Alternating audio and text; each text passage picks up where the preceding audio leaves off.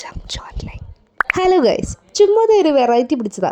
ഇന്ന് എന്ത് type journaling ആണ് ചെയ്യാൻ പോണേന്ന് നിങ്ങൾക്ക് ആദ്യമേ മനസ്സിലായിട്ടുണ്ടാവുമല്ലോ.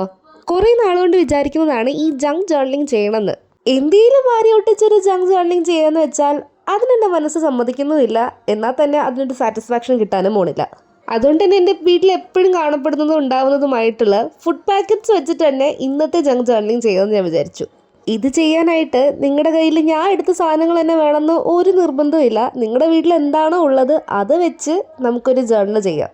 അന്നും ഇന്നും ഇനി എപ്പോഴും ഇഷ്ടപ്പെടുന്ന കുറച്ച് സാധനങ്ങളുടെ ഐറ്റംസ് ആണ് ഞാൻ ഇതിനകത്ത് ഉപയോഗിച്ചിരിക്കുന്നത്. അതായത് ഏറ്റവും ഇഷ്ടപ്പെട്ട ചോക്ലേറ്റ്സും, ചോക്ലേറ്റ് അല്ല, അതിൻ്റെ പാക്കറ്റിൽ അല്ലെങ്കിൽ റാപ്പറിൽ നിന്ന് വെട്ടിയെടുത്ത കുറച്ച് സാധനങ്ങൾ വെച്ചിട്ടാണ് ഇത് ചെയ്തിരിക്കുന്നത്. അപ്പോൾ ഈ സാധനങ്ങൾ അല്ലെങ്കിൽ ഇതേപോലത്തെ സാധനങ്ങൾ ഉണ്ടെങ്കിൽ അതിൻ്റെ പാക്കറ്റിൽ നിന്നൊക്കെ വെട്ടിയെടുത്ത് ഒരു ജങ്ക് ജേർണലിംഗ് ചെയ്തിട്ട് എങ്ങനെയുണ്ടെന്ന് എന്നോട് പറയാൻ മറക്കണ്ട.